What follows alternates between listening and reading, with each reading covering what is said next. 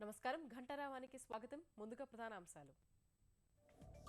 అమరావతి నిర్మాణంలో జాప్యంపై సీఎం అసంతృప్తి పనుల్లో వేగం పెంచాలంటూ అధికారులపై ఆగ్రహం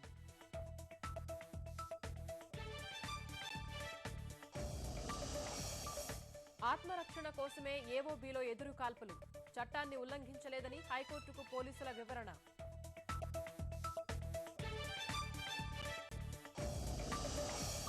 2022 నాటికి దేశంలో అందరికీ సొంత ఇల్లు పట్టణాభివృద్ధి ఐటీ శాఖల మధ్య ఒప్పందం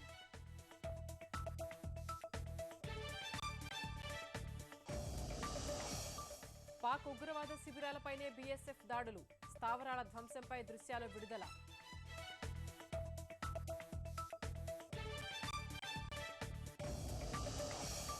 ఇంగ్లాండ్తో తొలి 2 టెస్టులకు భారత జట్టు ఎంపిక పాండ్యాకు పిలుపు చోటు నిలబెట్టుకున్న గంభీర్